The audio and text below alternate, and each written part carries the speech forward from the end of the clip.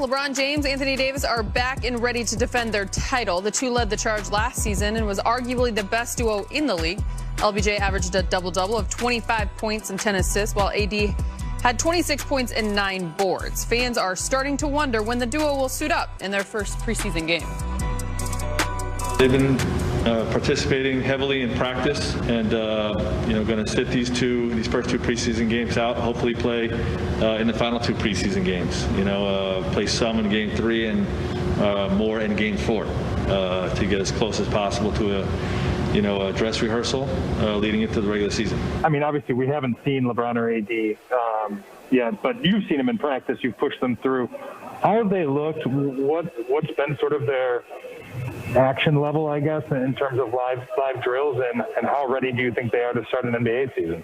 Well, they're not ready yet, but they will be on the 22nd, and when we're ready to start games, those guys will be ready to go. But we've been trying to strike that balance of easing them in enough while at the same time making sure they're getting enough work to be ready, for the beginning of the season. So, I think they both look really good. They're probably not ready to play in a regular season game today, but they're both in pretty good shape and going to continue to build up until the start of the season. Well, guys, Frank Vogel has made it very clear since day one. It is his goal to master the overworking versus working enough, which starts with his two superstars. Bill, 2 preseason games left. When it comes to LeBron James, Anthony Davis, how do you see this playing out? Will we see them here in the preseason?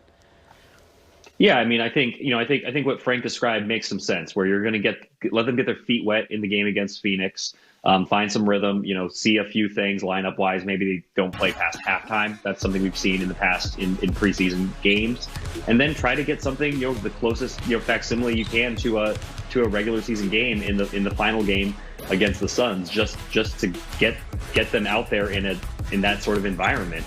But I mean, the thing that strikes me is, Frank says they're not ready now, but they will be ready. Well, by the 22nd. Well, that's 7 days away, 8 days away. With only a couple of practices and 2 preseason games. I mean, being ready is certainly subjective, and I have no doubt that LeBron James and Anthony Davis will come out, and be at their best in that one game. But I do think that this is just a really difficult situation for Frank Vogel to strike that balance that he talked about, and also for Anthony Davis and LeBron James, after all they exerted in the bubble, to not be able to have that normal offseason or preseason to start this next one. Again, with all you said right there, and then Derek Fisher said it last night, you don't win championships in the preseason. So it's certainly nice to be patient right now. Brez, do you have any concern, given the new faces that the Lakers added, and possibly them not getting a lot of time here in the preseason together with LeBron and AD? Is that a concern at all? No, because there's no push, there's no rush, there's no pressure. The Lakers are just coming off a championship a little over 2 months ago.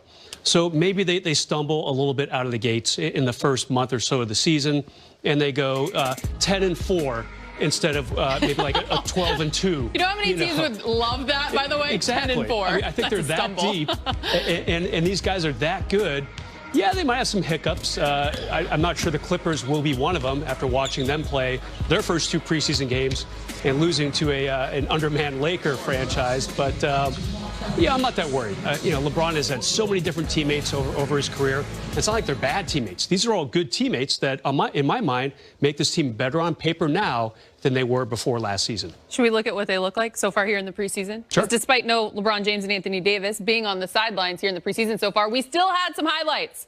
So let's get to our top 5 plays from the first 2 preseason games. Bill, number 5, we kick things off with some Access 360 on, hey, your guy, Marc Gasol's passing. After just 1 game. Yeah, I mean, Yep, you got it. I was just gonna say, I mean, like, look at the vision there. I mean, he doesn't get the assist there; it's the hockey assist. But I also think that was the one after Taylor Horton-Tucker came up with the huge steal on Kawhi Leonard. But just great ball movement that starts with the big guy. Number 4, Brez, Montrezl Harrell, dunks, and he dunks with authority. Yes, Serge Ibaka is a guy who needs more practice time with the Clippers. Not ready for that pass right there. Very opportunistic. Trez finished top 10 in field goal percentage last year. A lot of those type of dunks. Number 3, Bill, THT doing his Kawhi Leonard impression on Kawhi Leonard. I mean, this is what I was just talking about. To me, this was the standout play of the game from Taylor Horton-Tucker. I know that his offense was incredible, but I mean, getting that kind of strip from Kawhi, wow. Women playing downhill. Brez, number 2. Little spin off the glass right there. Nice touch. He's a strong guy. You know, he's 6'4", and he's not thin. So he's gonna be able to absorb plenty of contact this season. And number 1, take a listen. Yeah, and you can tell he's been in the lab, though. I mean, look at this. Another step-back three-pointer. I mean, come on. I mean, he's just playing. It's just confidence right now. Yeah. It's just confidence. I was going to say, Bill, come on. Are you kidding? Yeah, I mean, that was the kind of night he was having, and really the kind of weekend he had where, you know, shots like that were falling for him. He was creating separation. I mean, his handle was really crisp. I mean, he was on. And I think like Stu said, that's confidence that he will carry into the regular season, whatever his role is. Definitely been in the lab, just like Stu said. It's pretty evident. Fun to watch. She put in some work. Yeah. Break time. But don't go anywhere. We have more fun on the way. Has Anthony Davis lost his mind? Find out why his teammate Kyle Kuzma thinks. And we're back. NBA champion Marc Gasol made his preseason debut with the Lakers Sunday. He finished with 6 points and 4 rebounds. But where the vet made the most noise came from his 5 assists. They were all highlights. Frank Vogel spoke about how Gasol's ability to dish the ball will benefit the team. You know, I think NBA players or basketball players in general, when they know they have a guy that's going to throw them the ball, the cutting aggressiveness just picks up. And, you know, we came into this game knowing we were going to play through Marc a lot at the top of the key. Our guys had a great mindset to really move aggressively without the basketball, and then Marc would find you, especially in the paint. And, you know, we got a lot of great paint catches that some led to layups, some led to paint to great situations. And, you know, Marc gives us that dynamic. You know, it's just going to make us that more difficult to guard. Continue to work as a team and finding solutions on both ends of the floor, building that chemistry. You know, continue to be vocal and be solution-based teammates. I mean, it's pretty simple. That's what preseason. Also building your condition as players as well. You know, we're going to play a certain way. With different guys at different times, so you have to adapt, you know, mentally and physically.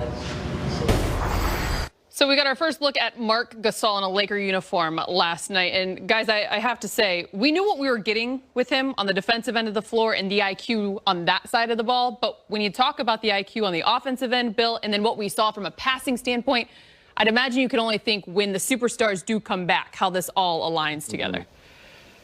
Yeah, I mean, the thing about Marc Gasol is that he's not the offensive player that he was in Memphis, because we think scoring when we think offensive player. But there is no reason that at his age, you know, if he's not quite as fleet of foot as he might have been at one point, you know, he is still going to be in the right spot, and he's still going to be able to find open cutters. You know, he's just always been a tremendous passer.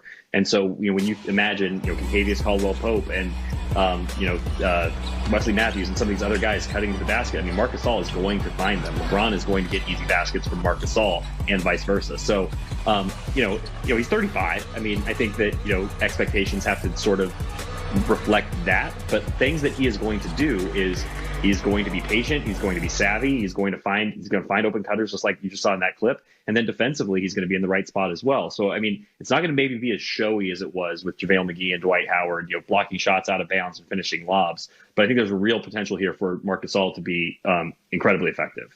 Yeah, not only does he sound like his brother Pau, but he plays a lot like. I mean, Pau, a very gifted passer, maybe the best passing big man I ever covered.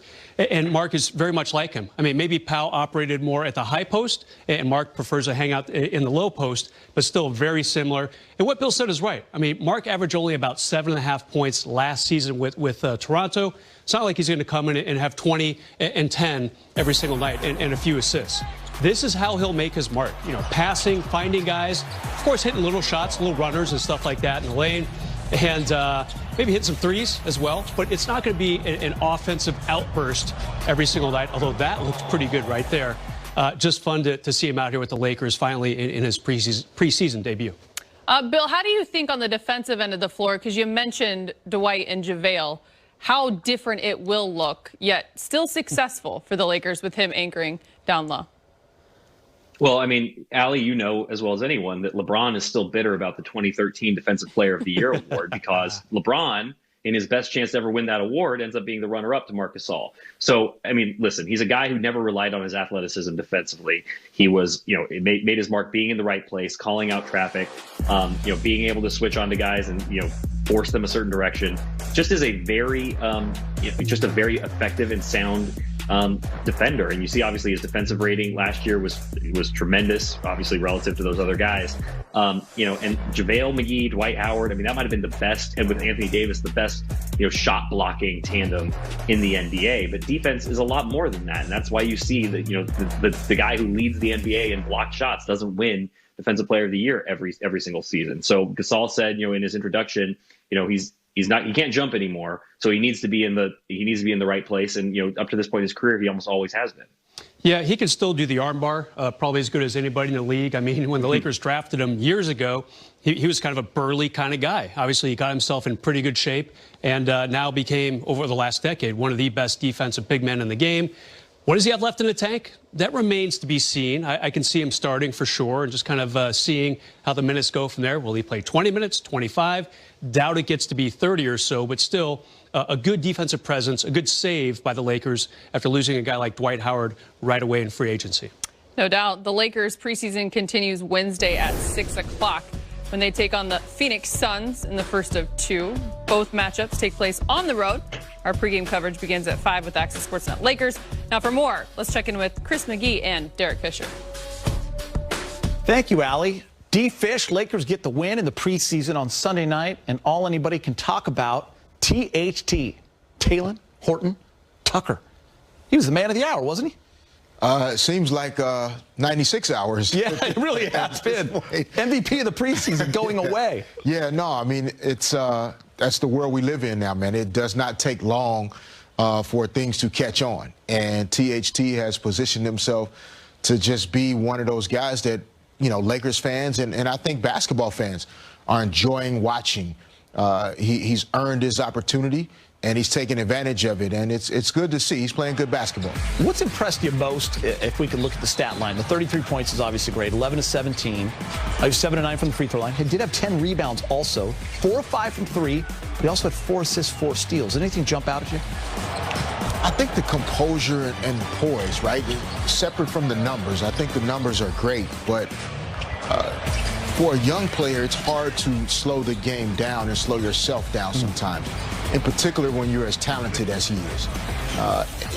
Young players have a tendency to want to just try to go every play and make something happen. And he seems to have a poise and a composure and a pace that he can play the game at that is effective. He's aggressive, but it doesn't look like he's forcing it or trying to show out, right? He's just trying to go out and make the right basketball play. And I think that's why his teammates want him to go out and play his game. This isn't going to happen every night, Fish, but the Lakers were 18 of 25 from 3, 72%. They have 28 assists. Basketball was moving. 7 different guys hit threes, and that's without LeBron, AD, Wes Matthews, Dennis, and some of these guys playing. This team can shoot, but it's more the way they move the ball to get those shots. At least that stuck out for me. And typically those things line up with the percentages, right? Most nights when you shoot the ball really, really well, it's because the ball is moving. The passing is happening on time, on target. The ball is being caught in the shooting pocket. You can just go right into your shot. And having additional quality passers like Marc Gasol on the roster, I think that helps. THT is really a good passer for a young player. And this team enjoys playing basketball together. I think we knew this about this Lakers team, right? When they shoot the ball well, you can't beat them, right? And we saw that all year. Right. And the question was, okay, can they shoot it consistently enough to perform this way, 80% of the time? And, if they continue to move the basketball the way they are, the additional playmakers that they've added, they can shoot the ball at a better percentage this year. Fish, sometimes you see a team that's trying to defend a championship. They come back fat and happy, not as motivated, try to turn it on. Some are able to, some are not. You were able to do it like 3 different times, right? 02, 03. You guys won 3 in a row. But then you did it in 2010 as well. What kind of team does it take to be motivated and to just kind of keep at it?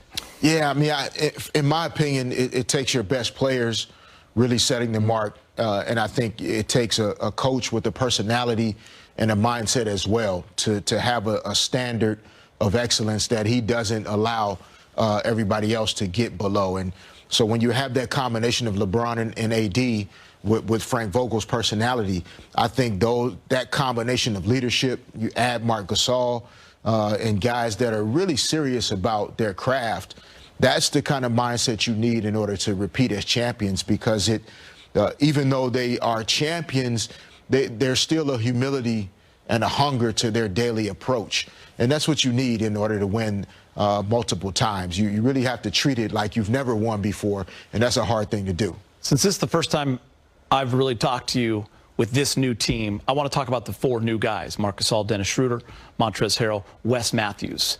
What's your take on what they bring to this team? How important will they be to this team? Yeah, I don't think anyone could have imagined the Lakers adding those 4 players in an offseason so short, so unprecedented. And so credit goes to the front office, to Rob, to Kurt, to Frank for really having the vision to think, how do we need to build this team if we're going to expect Anthony to sign a long-term extension, if we want LeBron to trust us for another 2 or 3 years in the direction we're going, how do we pull that off? And I think adding these type of players, Marc Gasol, Wes Matthews, Montrezl Harrell, Dennis Schroeder, talented guys, but also hard workers, grit, mental and physical toughness, guys that can make shots but willing to do the dirty work. You have 2 all-stars, North and South Pole. You got to just get the earth in the middle figured out. There. Those 2 guys have you anchored. And I think 4 players like these guys, they bring the intangibles. And on different nights, each guy can give you different things. And these are great additions to a championship team. Fish, we're lucky to have you back for another season. Thank you, sir. Thankful to be back. All right, Allie, back to you. Thanks, guys. More to come on Access. So far, we have seen all the new additions in action. See which players made Brez and Orum's head turn with excitement as they reveal their top takeaways. And we're not in Orlando anymore. COVID is affecting the league like the rest of the world. Yes. Hello and welcome to Access Sportsnet THT. I'm AC, joined by NB, and from The Athletic, it's B.O. Tough one. Unfortunate, isn't it? Billy O, what'd you think of that? I mean, there's a reason I went by William until the 8th grade. I thought we could get through middle school when all the middle school type jokes about body odor would be left behind. But here I am, 34 years old, for you, Bill. at the peak of my career, getting mocked on global television. Live. Global. We're everywhere. Live. Well, nice treat, Bill. I don't yes. see any ornaments of Allie or me. I'm sure that's going to change after today, though. I mean, send them over. I mean, why not? I mean, Okay. when you have small children like I do, you only decorate the top half of the tree. Fair enough. So the bottom, it could use a few more decorations, but those are the ones that are going to get broken. I mean, you're very festive got us back. tonight. I love the flannel. I love the colors. I know we started the show calling you B.O. Sorry, Bill Oram. It is great to see you, though. Good to see you as well. We've got a packed show. Let's get into it because Talon got the starting nod for the first 2 preseason games against the Clippers, and he put on a clinic. The second-year pro is coming off a 33-point game Sunday, which makes him the 4th Laker with a 30-plus point game in the last 10 years. It's good company right there. It's good company. I tell you. Frank Vogel is well aware of Talon's potential. I wasn't sure what to expect with him playing point guard for us as much as he did tonight. But he did that some in the G League last year, looked really comfortable with that. But more importantly, he just showed more of what we've seen from him, since we've been watching him, in the G League first season and in the bubble. Just his ability to attack offensively in a variety of different ways, attacking the basket with great finishing ability, making good decisions. With his paint to great, shooting the 3-ball well, and he had a strong defensive night as well. So I knew he was going to play big minutes, and not really surprised at the numbers that he put up. Like I always say, I look at it as just a blessing. It's actually crazy. I feel like, what other 19, 20-year-old gets this experience in the world? Not too many. So just being able to, take everything in and just learn from it every day is good. And yeah, just seeing, other superstars, kind of notices, it's actually pretty good. Frank had mentioned this after game one. You had a good game, but your shot wasn't falling. What was different about tonight? How did you get in that rhythm, and how did you build on that throughout the game? I feel like tonight was really my second game actually playing and getting a lot of minutes and getting those reps. So I just feel like being able to get that opportunity and being able to get into a rhythm early was really important for me. So just being able to get that got me off to a pretty good start. Now, we saw flashes of his game last season, especially, guys, in the playoffs versus the Rockets. We know he can impact the game in a variety of ways. He's not afraid to shoot the ball. And as we've seen in the first 2 preseason games, granted it is the preseason, he has no problem attacking defenders like, Kawhi Leonard. What is the potential? What's the limit here for THT? What are you liking, Bill? I mean, I think it's the variety of ways he's able to score. I mean, you saw him knock down 4 of 5 threes last night. Obviously, he's great off the dribble. He's relentless at the rim, getting offensive rebounds, putback opportunities, had 10 boards. So I just feel like you look at him and just see a lot of potential. And that's what Frank talked about, where, he doesn't need to be on the ball to be effective. They feel like he could, help lighten the load of some of those other guys on the perimeter. He could play next to LeBron James. I think the question here is going to be, where you find minutes for him in this packed Lakers rotation, especially in the backcourt. But, I came into this season expecting Talen Horton-Tucker to be in the mix for a spot in the rotation, maybe the back end of the rotation, but playing regularly. And certainly he hasn't done anything in the preseason that would change your opinion. If you're one of the youngest guys on any NBA team, you want to do one thing during the preseason. Make it hard on your coach when it comes to deciding who's going to be in the rotation. And that's exactly what THT is doing, all right? Great job by the Lakers, A, for buying into the second round last year and getting this guy, and B, doing the right things with him. Remember, in 2019, he did not play in the Summer League. He had a stress reaction in his foot, got his season off to a slow start, had to work on his conditioning a little bit. Never quite found his groove. We saw flashes of it, like you said earlier in the show, and some decent stuff in the Houston series. A couple interesting games for him. But now we're seeing exactly what he can do. The key, in my mind, keep hitting those threes. Right now he's shooting 56% behind the arc. No one does that in the NBA. That's going to drop, obviously, once we get to the regular season. But if he can stay above the 31% he was last season in limited time, that will definitely keep him on the court. And as Bill said, he's not afraid to go to the basket. He is relentless on the drive. We're going to dive into those rotation minutes in just a minute, but we're going to look at a Lake Show staple. How about this? Let's take a look at our Twitter poll for the show. Oh, it's back. Because, Talen has been the main event so far in preseason. So we ask you, how many minutes per game will Talen Horton-Tucker average in the regular season? Under 10 minutes, 10 to 15, 16 to 20, or over 20. Weigh in, and we'll show the results coming up later in the show. So, Bill, if you could put a number on it, or maybe just in terms of what is going through Frank Vogel's mind as he looks to process and find those minutes and opportunities for a guy like THT. Well, let me bust out my abacus here and try to figure out how you're gonna break this up. What's interesting? I mean, the problem for the Lakers is they just have really good guards right now. Kentavious Caldwell-Pope is a guy who played, I think, 27 minutes a game last year. Wesley Matthews started 63 games with the Bucks. Dennis Schroeder, I think, is going to have an enormous role. And then Alex Caruso played for 18 minutes a game last season. So I actually did this exercise at The Athletic last week where I tried to I mocked up a rotation, basically. And this was before we knew THT was going to have the kind of weekend he had. I thought about 8 minutes a game for him, kind of in the second and third quarter as a bit of a change of pace wing. I think that you're going to see that fluctuate over the course of the season. I think there will be matchups where it makes more sense, where maybe you fall in a little bit of a hole and you need that spark off the bench. You need to change something up defensively. And I think the other thing we've learned and we'll continue to see over the course of this season is you're going to have guys in and out of the lineup for various reasons, including the health and safety protos that the league has put in. So I think that this is a really good year to have an 11th man or a 10th man like Talen Horton-Tucker, who maybe you don't get in for 15 minutes a night.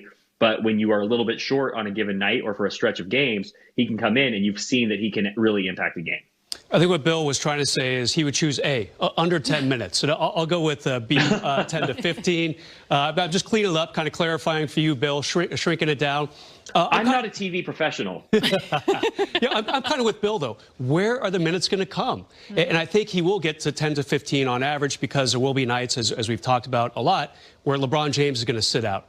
KCP might sit out. These guys had long bubble runs. AD, of course, but that doesn't really impact THT. So when the big guys sit out a little bit, then THT might get that 20, 25-minute limit. And, hey, if he keeps playing like he does on the court, in practice, then it's a whole different can of worms for Frank Vogel. What do I do with this guy? Keep in mind, he will be a restricted free agent at the end of the season. A long way to go between now and next summer. But, THT wants to get out there and show what he can do. The beauty here is Frank Vogel welcomes these options, these good problems. It's a great problem. And, of course, THT is maximizing it, at least early here in the preseason. Magic Johnson was watching the young kid. Check out this tweet. The Lakers found another gem in Talen Horton-Tucker. He led with 33 points, 10 boards, and they're 131-106 over the Clippers in exhibition. So Magic liking what he sees. Guys, LeBron took to Instagram again and said, I tried to tell y'all, little bro, cold, man. Keep going up. He had quite the antics. Billy O actually tweeted some of those last night being there. And AC Fresh adding on Twitter, y'all know he turned 20 2 weeks ago, right? That is crazy. Killer. Yep. Quite the compliments and praise. Hold that face. We'll catch it after the commercial, Bill. I see it. Stay right here. Lots of highlights from the first 2 preseason games. We'll count them down. Plus, 6 years ago today, the Black Mamba passed his childhood idol on the all-time